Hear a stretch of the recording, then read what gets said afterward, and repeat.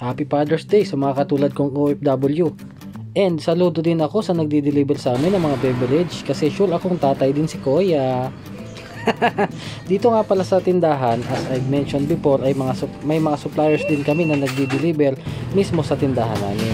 Siyempre, pag bakasyon ko, hands-on naman ako dito sa tindahan. Kung merchandiser ako sa Saudi, dito merchandiser pa din ako sa tindahan namin pag wala pa yung mga tindera namin. Kaya nga ito, habang bakasyon ako, madami din akong ginagawa sa negosyo namin. Display dito, display doon. Rolling lang muna kasi ang stocks namin at marami din gastusan pagdating ko dito. Kung ano lang ang kailangan, ayun lang ang inuuna namin para mapatakbo namin ng maayos ang tindahan. Siyempre, nagpapasahod din kami doon sa dalawa naming assistant. Maayos naman kahit papano ang bintahan at kailangan lang talaga maging magaling ka din sa pagmamanage ng puhunan para hindi malugi. Araw-araw pati yun nadaan si Kuya, kaya kung ano lang yung low stocks or ubos namin, ayun lang in-order namin sa kanya. At saka alam nyo naman na summer, kaya malakas talaga ang mga soft drinks sa umaga. Pagdating na naman sa gabi ay alak talaga ang malakas.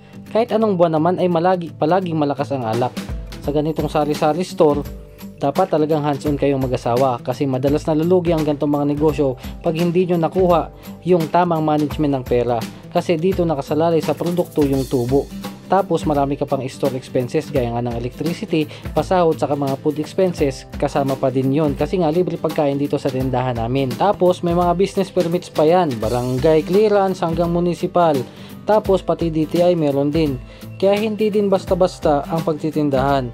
Paano ka OFW? Sana maging masinop tayo sa pera para hindi masayang ang pag-abroad natin at mag-for good tayo ng maaga.